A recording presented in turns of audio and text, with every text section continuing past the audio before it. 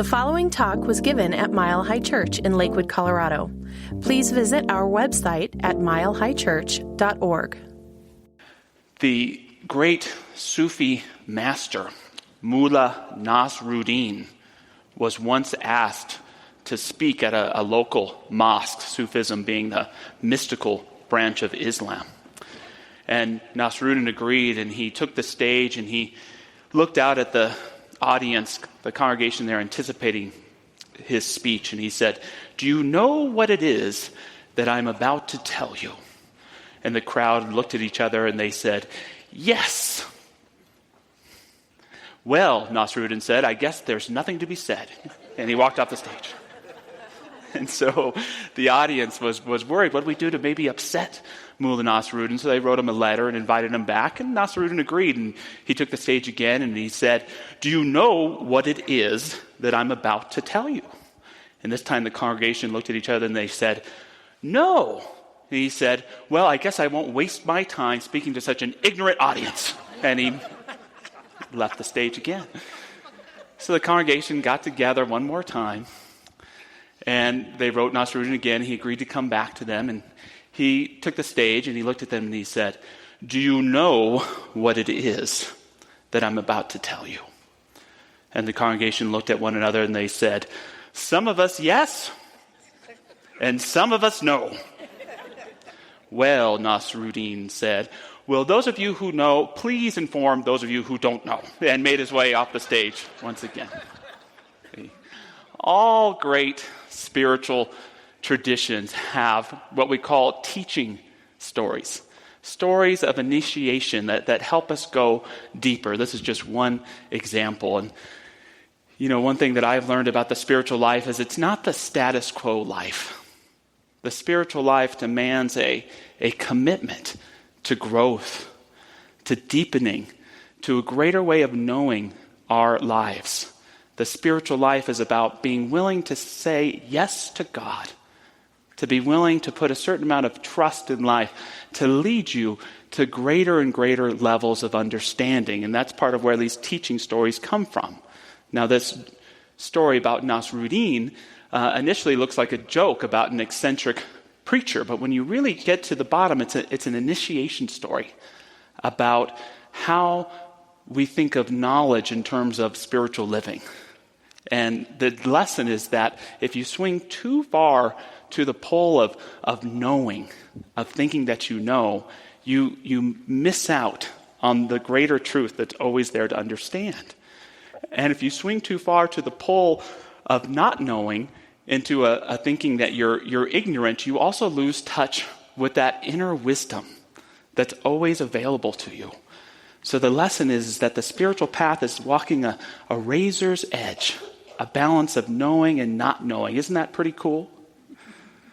I'm grateful today to get to substitute for Dr. Roger and his series today and this month on Course, Pathways to the Possible, Living the Vision. And Dr. Roger, he's talked about the importance of visioning, the importance of claiming, and today I get to talk to you about initiating.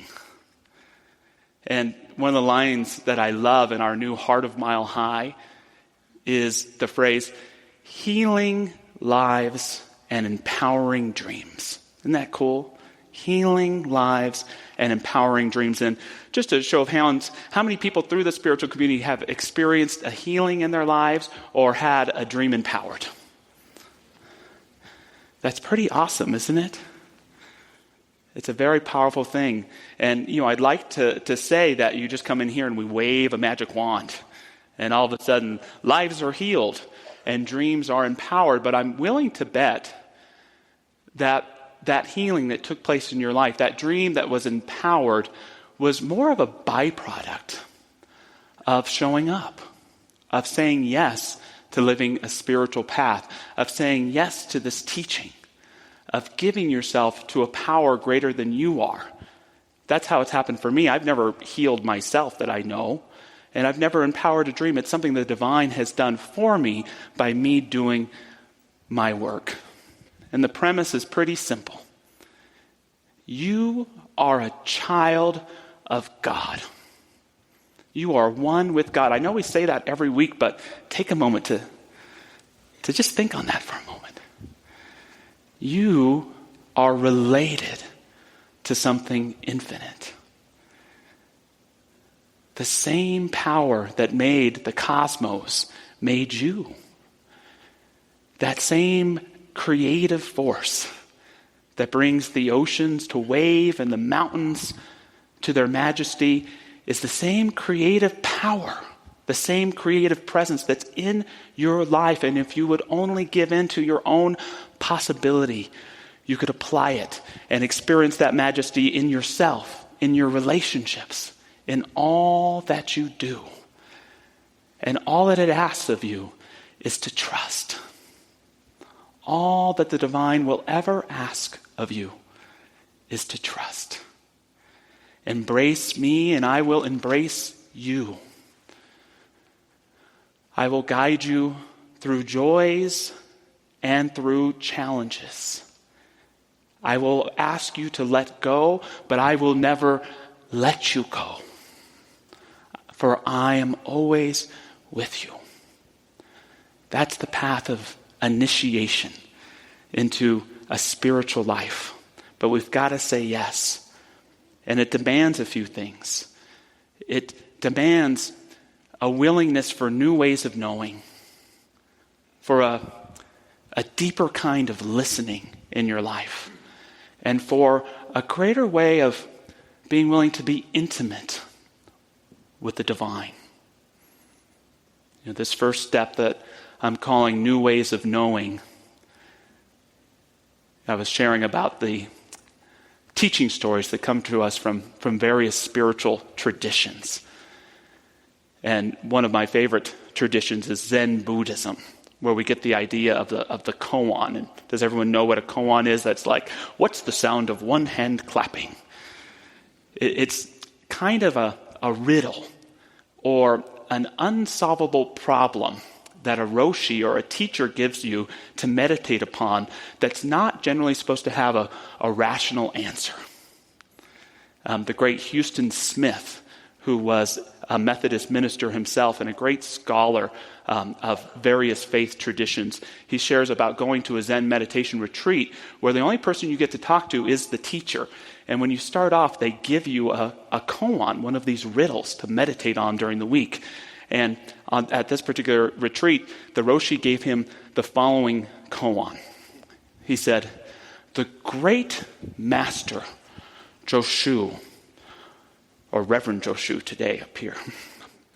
The great Zen master Joshu was once asked by a student, "Does a dog have Buddha nature?" And Joshu answered, "Moo." What the hell, right? Let's try. Let's wake up the room a little. Does a dog have Buddha nature? Moo. Oh, very good. So Smith did share that the teacher gave him a hint that in Chinese, moo actually has a negative connotation. So he had to sit with this koan in meditation for the whole week, thinking to himself, well, the Buddha says that all things have Buddha nature. Why would Joshu say a dog doesn't have Buddha nature? And it started to really frustrate Smith, and he wasn't having a good time, and he was regretting being there. And towards the end of the retreat, he sits down with this Roshi, who at this point just kind of annoys him. And the teacher looks at Smith, and he says, "How you doing?" Just like that. And Smith says, "I let him have it. It's cold here. The food sucks. I feel terrible." What kind of koan was that? "Are you feeling sick?" the teacher said to him. "Yes, I'm feeling sick right now. I can feel my throat closing up as I'm talking to you." And well, the teacher said, and Smith shares that his total composure changed. What is sickness? What is health? Both are just distractions. And Smith shares it wasn't so much what the man said, but the way that he said it just seemed to break Smith open. In that moment, he said he had an experience of non-duality, of no more separation, of reaching that point beyond the opposites that our mind struggles with, to have an experience in that moment of a sense of wholeness, a sense of that Buddha nature. Not through solving the problem, but by transcending the mind. Now for me, you don't necessarily need a Zen teacher to find a koan in your life. My life is full of them. Anyone have any relationships in their lives with someone that you might consider a koan? How many of us face seemingly unsolvable problems or challenges in their lives? A lot of us. But I like this idea of, instead of trying to say, how do I change this person, to ask myself, how is this person like sandpaper for me? How is this person helping me transcend myself?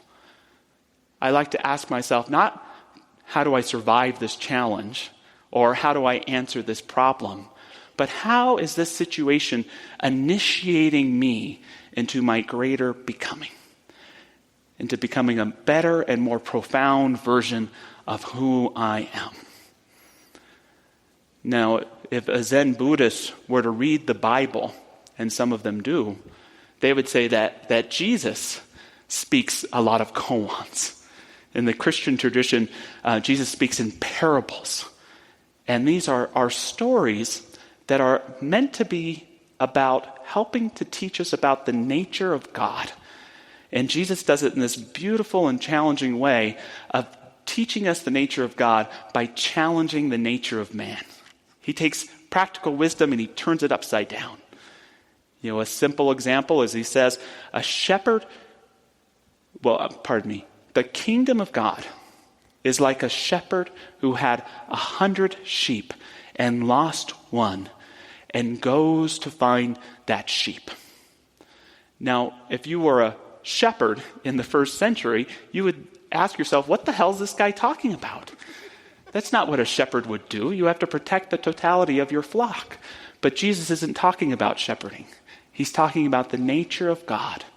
This radical and beautiful idea that is still as beautiful and radical as it was in the first century, that there is such thing as an unconditionally loving God that cares so much for everyone that she would never let a single one of us go. She would follow us wherever it leads. The kingdom of God is like an owner of a vineyard who went out and hired a couple workers in the morning and told them how much he was going to pay them.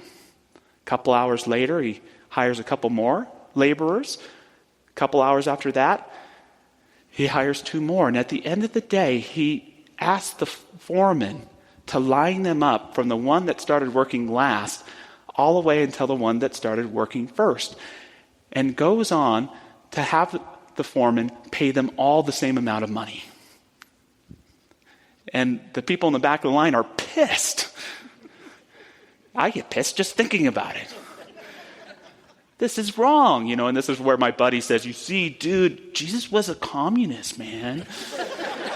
I say, no, we all know Jesus was a libertarian, but no.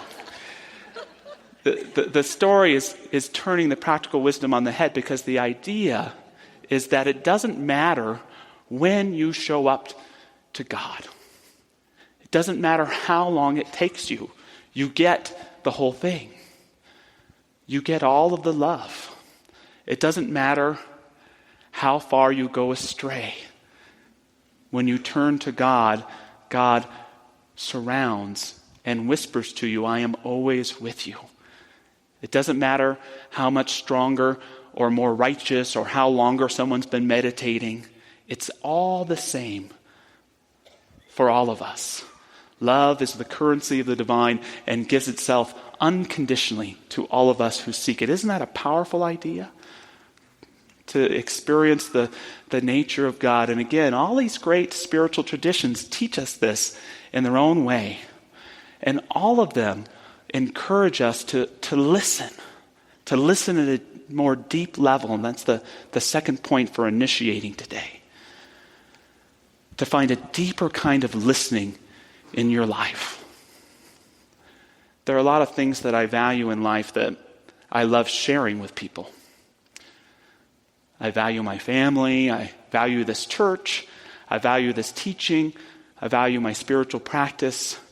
But if I'm honest with you, there are things that I value as well that I'm not as open to sharing. I love getting to have a cold beer and watching little sports at night. I love and value my alone time. And being someone with a fair amount of ego, one of the things that I value most in my life is being right. That's sometimes the hardest thing for me to let go of in my life is thinking that I know, thinking that I'm right.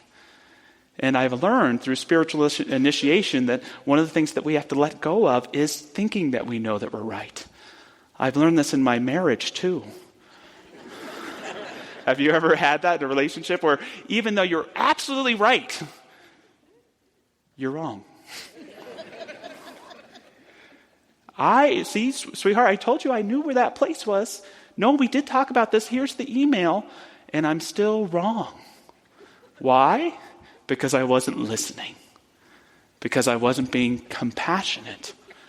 Because I wasn't co-creating in my relationship. I was holding to my own need to be right. And if we're going to go deeper in spirit, we've got to be willing not to be wrong, but to realize that there's more than just pretending that we know in our lives. We have to have the courage to listen. And there are so many great experiences, I'm sure, in all of our lives where life has called us to listen in a more profound way.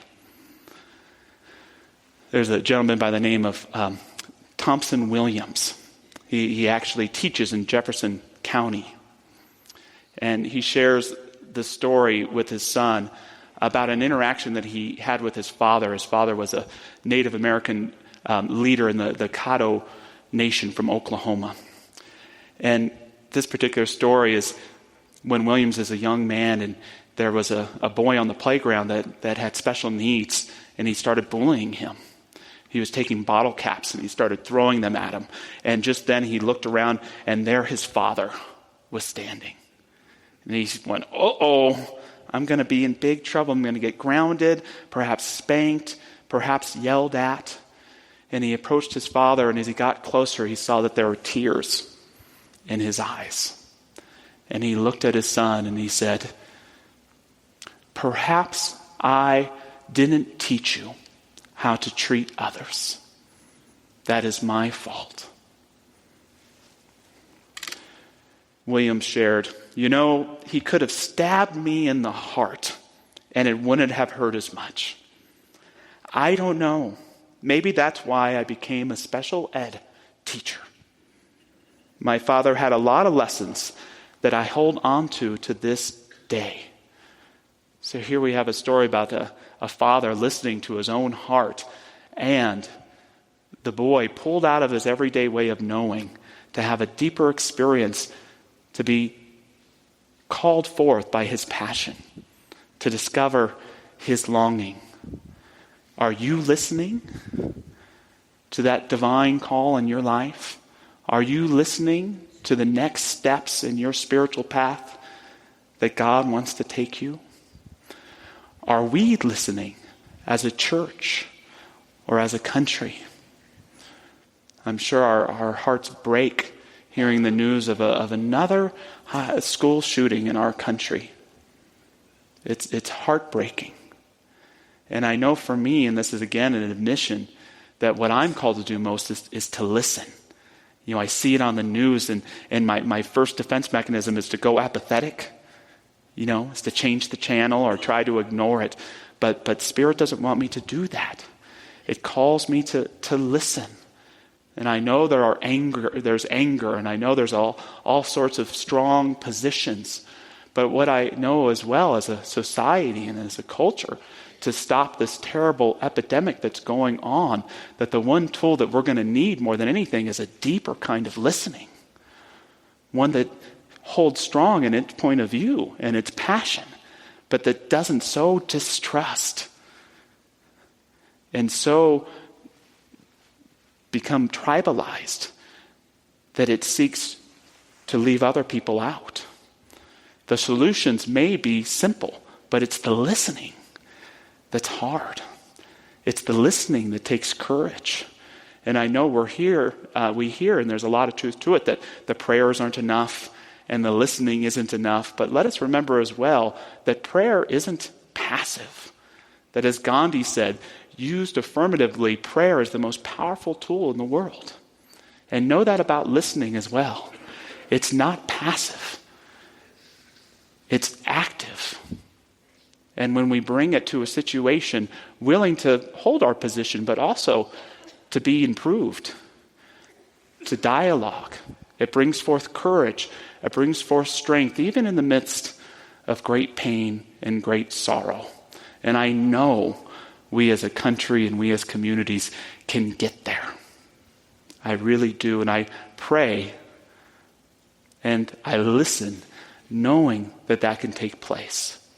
Sakeesh Henderson, another Native American teacher, once said, to truly listen is to risk being transformed forever. To truly listen is to risk being transformed forever. Are you listening to your life? When we are in that place of listening, we move into the final step of initiating that I want to talk about today. And that's a new way of being intimate with life. A new way of being intimate. See, being intimate or being vulnerable, that to me is also not a passive thing. It takes courage to be vulnerable. It takes courage to be authentic. It takes courage to be present in the moment, to have faith and trust in your life. And to be honest with you, again, I don't always have that courage. I'm a minister. I have a spiritual practice every day, but there are times in my life where I'm not committed to my own thriving and growth, but I'm in damage control.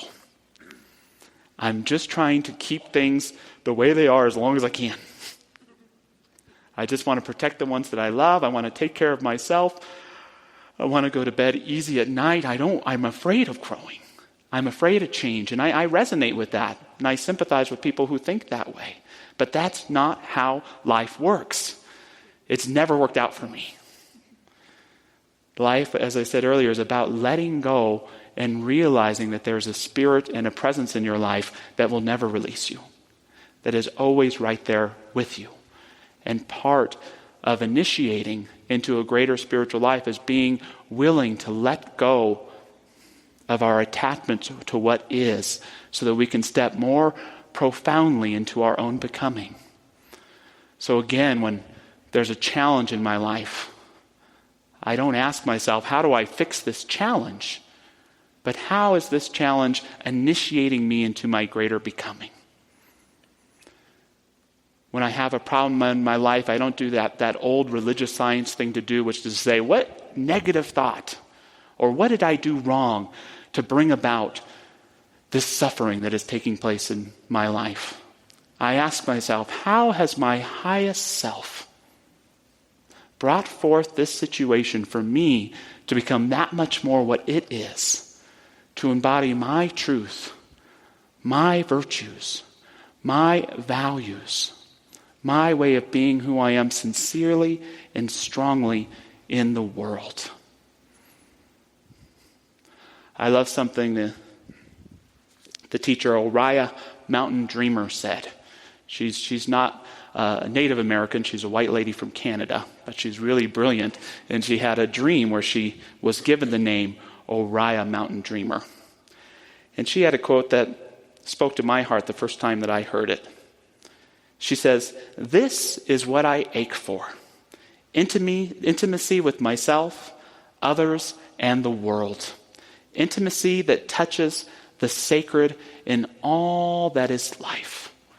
One more time. This is what I ache for. Intimacy with myself, others, and the world. Intimacy that touches the sacred in all that is life. What do you ache for in your life? For me, I know I love stuff. I love success. I love spending time with people that I love. But this quote resonates with me because what I really ache for, what I really long for, is a way of being so myself with life, so full and complete with my loved ones, so committed to my thriving wherever it leads, that I have a sense and a relationship with the divine and life of trust, of balance, of acceptance, and of enoughness right here and right now. I love that term, open your heart. But what I know in my life is that opening my heart is nothing I've ever done by myself. My heart can only be opened when I get into that willingness to be intimate with experience around me, to have a moment of compassion for someone who's struggling, to have a moment of enlightenment in nature, to really be in that place of listening and openness wherever I am. It's there that I find my maker. It's there that I find the creator of all life. It is there that I find that divine connection. My heart becomes opened, and ladies and gentlemen, it's still opening. It has lots of room to grow. But I know that as I continue to do that work of trusting in life, of trusting in the universe, of trusting in the Spirit to help continue to lead me in my growth, to lead me on my path, that's when that healing comes in. That's when those dreams are empowered. That's where I'm able to help contribute to this life and create that world that I know is possible.